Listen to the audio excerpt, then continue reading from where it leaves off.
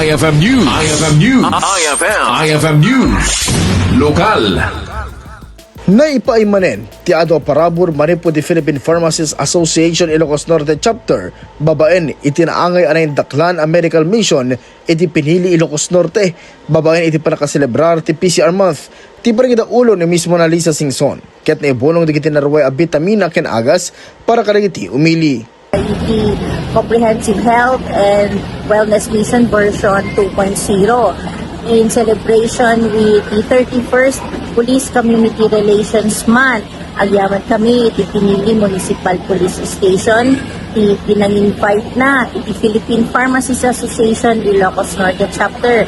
At datayo nga ro dito, nga mangipaay, kaditi free medicines tayo, kadwa tayo iti Rural Health Unit, iti pinili. Kastamet, iti Provincial Health Office, para kaditi dental mission, iti physicians tayo, ket aga pumed iti RH Suda, agyaman kami met, dahil iti partners ti naita, damet opta tayo dito, tas damet ako adapay libre haircut tayo. Kabayatan na, nagyaman ni Police Major Antonio Marzan, hepe ti PNP pinili kadagiti nga paay ti tulong kadagiti nakidaray iti daytoy a programa. Yes, thank you.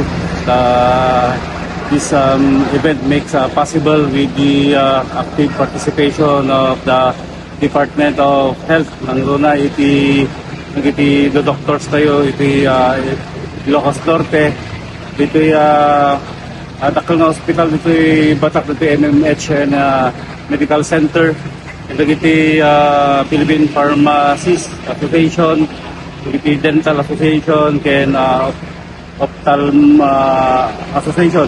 Kinadamat iti naipay iti na iti constituents tayo, lalo iti cellphone repair, ken iti barberong pulis tayo ngayon may kadag ito. Ket pagyamanan ni iti supportamat iti local government unit ng Rona kini Honorable Romel T. Labasan, ken Vice Mayor Maynard Francis R. Bumanglag. Agdol tuloy di pa ng tulong ti PPHA Ilocos Norte Chapter kaya iti agkasupulan iti agas aglalo no kastang adda iti outreach program. Para iti IFM News, Idol Lores Martinez Tatak, IFM. IFM News. IFM News. IFM News. Lokal.